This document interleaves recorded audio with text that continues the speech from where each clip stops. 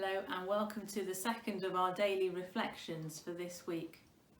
Through this week we are reflecting on the concept of Sabbath with extracts from Nicola Slee's book Sabbath, the hidden heartbeat of our lives.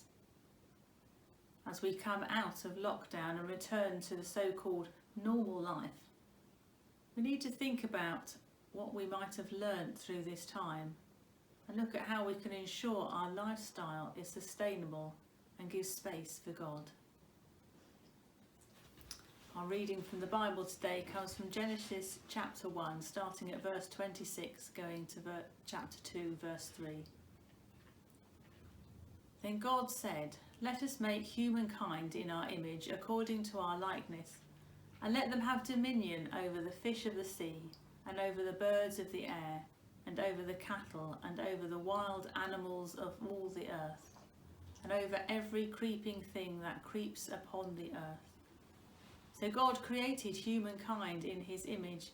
In the image of God he created them, male and female he created them. God blessed them. God said to them, "Be fruitful and multiply, and fill the earth and subdue it, and have dominion over every living thing that moves upon the earth." God said, "See, I have given you every plant yielding seed that is upon the face of the earth, and every tree with seed in its fruit. You shall have them for food." God saw everything that he had made, and indeed it was very good. And there was evening and there was morning, the sixth day. Thus the heavens and the earth were finished, and all their multitude.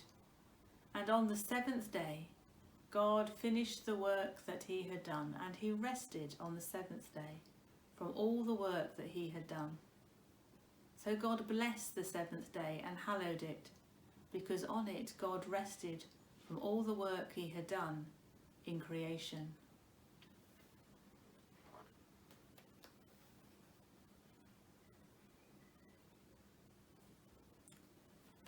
Sabbath is a principle of cessation, restraint, and the honouring of the rhythms of the natural world.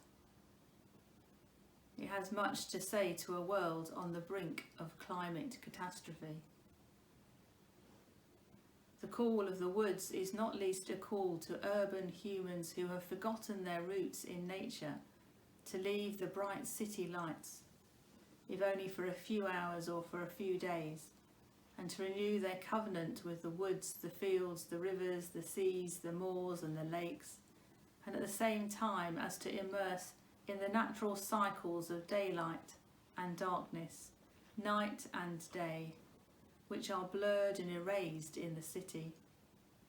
Such an invitation is not only for rest and relaxation, though it most certainly includes these, but more profoundly for a renewal of our connection to the originating sources of nature and the cyclical rhythms of the seasons.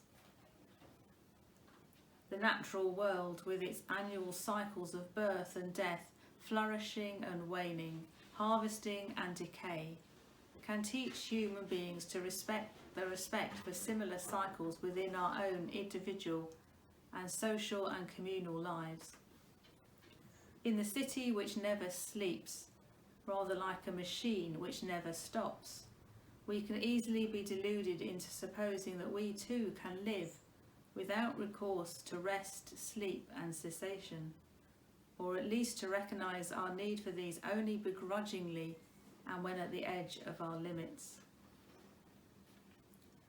Withdrawing for a time, however brief, into the wild spaces that still exist offers a reprieve from that fast-paced, furious urban living. To respond to the invitation into the woods is to offer ourselves an opportunity to gaze on beauty and decay, the two go together, not to be parted, to stretch our cramped and stressed bodies to revivifying exercise, to rest in the deep darkness of the countryside, and to see beyond the horizons of a man-made environment into a sky studded with light from planets and thousands of light years away. Such stepping aside into the space of the woods, not as an image for Sabbath, not only rests and restores our bodies, but renews and revitalises our minds and reminds us that it is possible to live at a different pace and in touch with wider, more elemental horizons than those in which we are habitually enclosed. Our brains are permitted to slow down and stop. Our imaginations are cleansed and renewed. At the same time, our profound connectedness to the natural world and our ethical responsibility to care for it are reawoken in us. Thus, the invitation into the woods is not only an invitation to renew and refresh the jaded human, it is a very real invitation to renew and repair the desperately damaged fabric of the creation itself, crying out for healing. To refuse the invitation to honour Sabbath is to refuse our own renewal, but also that of the entire created order, of which human beings are a small, though potentially catastrophic part. To put this more positively, the invitation into the woods is an invitation to renew our covenant with ourselves, with the natural world, with our fellow creatures, and with God.